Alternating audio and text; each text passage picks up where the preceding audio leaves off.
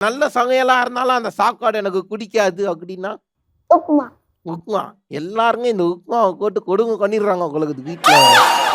அப்படி என்ன பாப்பா உப்மால வீட்ல பிரச்சனை? அது ரொம்ப ஸ்டிக்கியா இருக்கும். ஸ்டிக்கி. அதே பிரச்சனை. என்னங்க நீ உப்மால ஏன் என்ன பண்றீங்க அப்படி?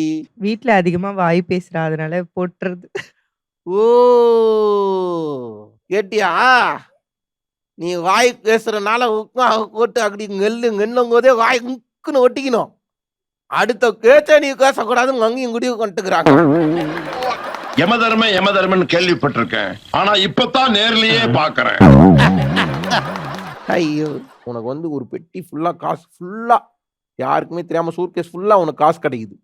அந்த காச வச்சு நீ என்னலாம் வாங்குவ? நான் வாங்க மாட்டேன். நான் போலீஸ் ஸ்டேஷனுக்கு தருவேன்.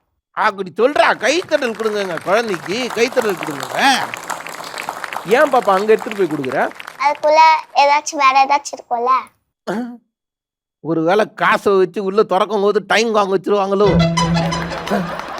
அப்படின்னு நினைச்சுதான் எடுத்துன்னு போய் ஸ்டேஷன்ல குத்துருக்கியா? அட பாவமே. உள்ள எதுவுமே இல்ல பாப்பா, காசு மட்டும்தான் இருக்கு. அப்பயும் போலீஸ் ஸ்டேஷன் தான். ஏன்? அது வேற யாரோட காசு. அப்படி சொல்லு. வெரி குட்ரா, வெரி குட். இதுதாங்க ஆன்சரு. கைத்தறல் சத்தமா கொடுங்க உங்க குழந்தைக்கு.